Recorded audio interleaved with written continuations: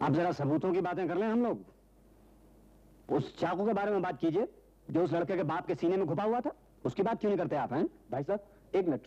मेरे विचार से भी बहुत से लोगों को अपनी बात कहने का मौका नहीं मिला है। अच्छा ये हो कि वो भी इसको जो कुछ कहना होगा खुद ही कह लेगा। आप चुप रहिए। अरे हाँ, तो उस चाकू के बारे में बात कीजिए जो आपके इस भोले भाले नन्हे मुन्ने लड़के ने कत्ल की शाम को खरीदा था और अदालत में इस बात पे इकरार भी किया था। उसकी बात क्यों नहीं करते आप? हैं ठीक है, उसी की बात करते हैं। वो चाकू यहाँ मंगवाते हैं और एक नजर देखते हैं। वो चाकू मंगवाइए प्लीज। वो चाकू। क्यों भाई? है चाकू? सुनिए, मेरी समझ में नहीं आ रहा कि उसे दोबारा देखने की क्या जरूरत है। हम सब लोगों ने अच्छी तरह देखा हुआ है। क्या ख्याल है आपका? सबूत के तौर पर मुकदमे में जो चीजें पेश की जा चुकी हैं उन्हें देखने का इन्हें पूरा हक है। बहरहाल अब आइए जरा एक एक करके उन सबूतों पर भी गौर कर लें जो मुकदमे में हमारे सामने पेश आए। नंबर 1, लड़का इस बात के लिए इकरार कर चुका है कि कत्ल वाली रात वो 8 बजे घर से बाहर निकला अपने बाप से झगड़ कर नहीं, उसने कहा था बहुत मार खाकर। झगड़ने और मार खाने में बहुत फर्क है। ओके, अपने बाप से बहुत मार खाकर, ठीक है। नंबर 2, घर से निकलकर ये लड़का सीधे उस दुकान पर पहुंचा जहां उसने ये बटन वाला चाकू खरीदा। Switch knife. बिल्कुल ठीक। हाँ। Switch knife. नंबर 3, ये स्विच नाइफ या बटन वाला चाकू कोई मामूली चाकू नहीं है, इसे आप देख चुके हैं।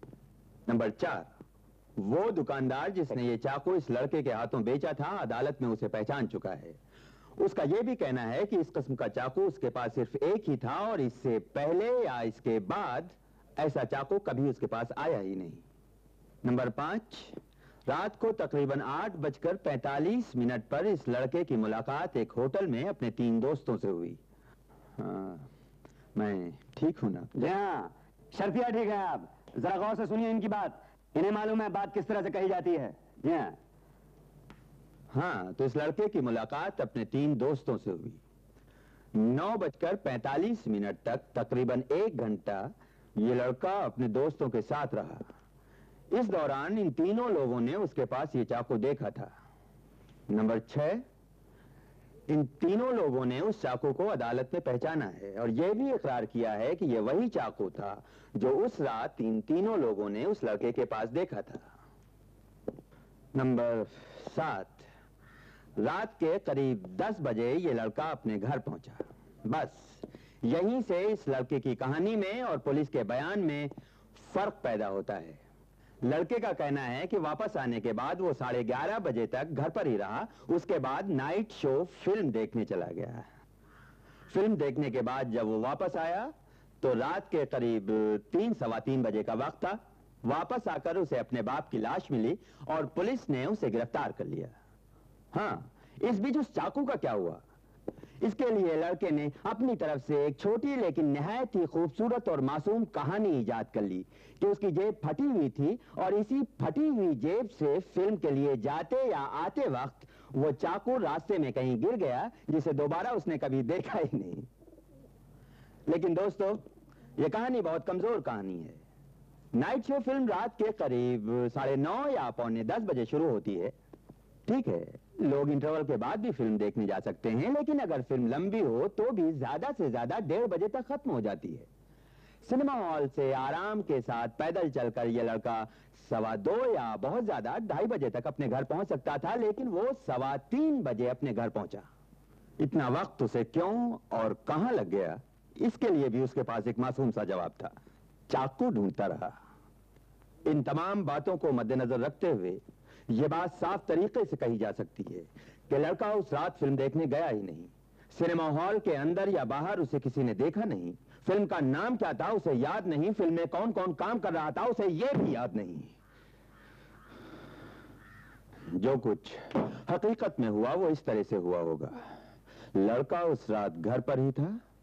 बाप के साथ उसका एक बार फिर झगड़ा हुआ और इस बार गुस्से में आकर उसने बाप के सीने में चाकू मार दिया और घर से बाहर निकल गया। लेकिन बाहर जाते वक्त उसे एक बात बहुत अच्छी तरह से याद रही कि चाकू के हत्थे से उसने अपनी उंगलियों के निशान पूरी तरह से साफ कर दिए।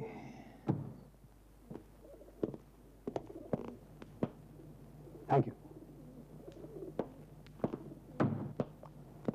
मेरा ख्याल से बात तेज है। शुक्रिया। इस मुकदमे से जुड़े हुए हर शख्स ने इस चाकू को देखा है। अब आप बताइए, क्या आप ये कहेंगे कि ये चाकू उस लड़के की फटी हुई जेब से कहीं गिर गया, राह चलते हुए किसी अजनबी ने इसको उठाया, लेकर लड़के के घर गया और यूं ही मजाक में उसके बाप के सीने में उतार दिया? जी नहीं, मैं सिर्फ यही कहूंगा कि यह मुमकिन है कि उस लड़के की जेब से वो चाकू सचमुच कहीं गिरा और किसी और ने बिल्कुल वैसे ही चाकू से उसके बाप का कत्ल किया। ये हो सकता है।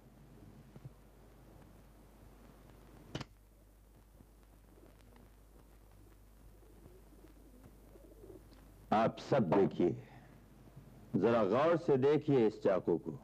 ऐसा चाकू मैंने पहले कभी नहीं देखा, ना ही उस दुकानदार ने जिसने इसे लड़के के हाथों बेचा था। उसी रात को ऐसा ही चाकू कोई और इस्तेमाल कर रहा था। इतना बड़ा इत्तेफाक आपको नामुमकिन नहीं लगता? नामुमकिन लगता जरूर है, लेकिन मुमकिन हो भी सकता है। और मैं कहता हूं कि ये मुमकिन नहीं हो सकता।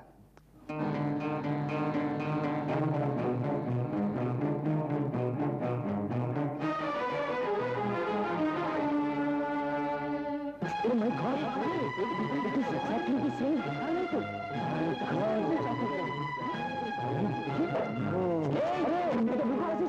दोनों एक जैसे। ये क्या हो रहा है? ये चाकू आपको कहां से मिला? कल रात मैं यूं ही टहल रहा था, सोचता हुआ। टहलते टहलते मैं इस लड़के के इलाके की तरफ चल पड़ा। उसी इलाके में मुझे ये एक छोटी सी दुकान में मिला, 30 रुपए में। आप जानते हैं कि ऐसा चाकू बेचना या खरीदना कानून के खिलाफ है? जी हाँ, मैंने कानून तोड़ दिया। वाह, क्या कमाल कर दिया तुमने। ठीक है, ऐसे 10 चाकू हो सकते हैं, लेकिन इससे साबित क्या होता है? यही कि ऐसे 10 चाकू हो सकते हैं, एक ही जैसे। हाँ तो ठीक है, इसका मतलब क्या है? ये बिल्कुल वैसा ही चाकू है, तो इससे क्या हुआ? बहुत बड़ा तीर मार लिया तुमने क्या है? लाखों में मुश्किल से एक बार ऐसा हो। सुन लिया? लेकिन मुमकिन है। लेकिन ऐन मुमकिन नहीं। अच्छा चलिए बैठिए सब लोग, यहाँ भीड़ लगाने से कोई फायदा नहीं। चलो यार खत्म करो जल्दी। वैसे ये बड़े आश्चर्य की बात है कि बिल्कुल वैसा ही चाकू मिल गया।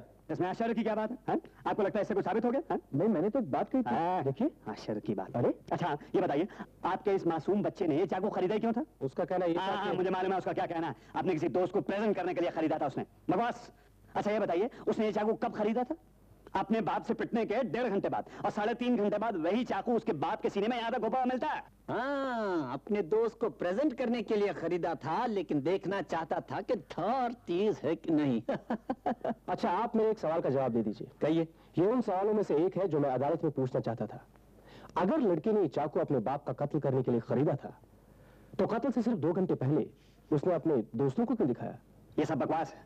लड़के ने झूठ बोला है और ये आपको भी मालूम है। हो सकता है उसने झूठ बोला हो। आपका क्या ख्याल है? क्या बेवकूफी का सवाल है। बेशक उसने झूठ बोला है।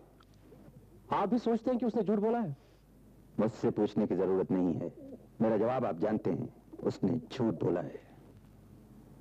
आप भी सोचते हैं कि उसने झूठ बोला है? नहीं, मुझे लगता है शायद। रुकिए जरा 1 मिनट। सुनिए साहब, आप हैं कौन? हैं? लड़के के वकील हैं, रिश्तेदार हैं? खामखा यहाँ सबका क्रॉस एग्जामिनेशन शुरू कर दिया है आपने। सुनिए मिस्टर, अभी भी हम 11 लोग हैं यहाँ पर जिनका एक ही फैसला है कि लड़का कसूरवार है। हाँ, यहाँ पर किसी का दिमाग नहीं बदल सकते आप, लेकिन अगर आप इसी तरह अपनी जिद पे अड़े रहना चाहते तो अड़े रहिए। यहाँ फैसला हो नहीं पाएगा। शायद आप बिल्कुल सही कह रहे हैं। तो फिर आप चाहते क्या हैं? रात भर यहीं बैठे रहें? हमारे लिए तो सिर्फ एक रात होगी, लेकिन लड़के की पूरी जिंदगी खत्म हो जाएगी। भाइयों, किसी के पास ताश की गड्डी है? I need a game of patience. मेरी समझ में नहीं आ रहा चाकू वगैरह का मतलब क्या है। बस सीधी सी बात है, एक लड़के को अपने बाप का खून करते हुए किसी ने देखा है, और क्या सबूत चाहिए आपको? खामखा बहस किए जा रहे हैं। वहां धंधा चौपट हो रहा है मेरा। जो कुछ करना है जल्दी कीजिए और छुट्टी दीजिए सबको। चाकू की बात बहुत अहमियत रखती है इस केस में। पूरा एक दिन तो इसी पर खर्च किया सरकारी वकील ने। सरकारी वकील चीज क्या है? जो 8 दिन की वकालत है उसकी, क्या जानता है वो? 50वां या 60वां असिस्टेंट है, क्या जानता है वो?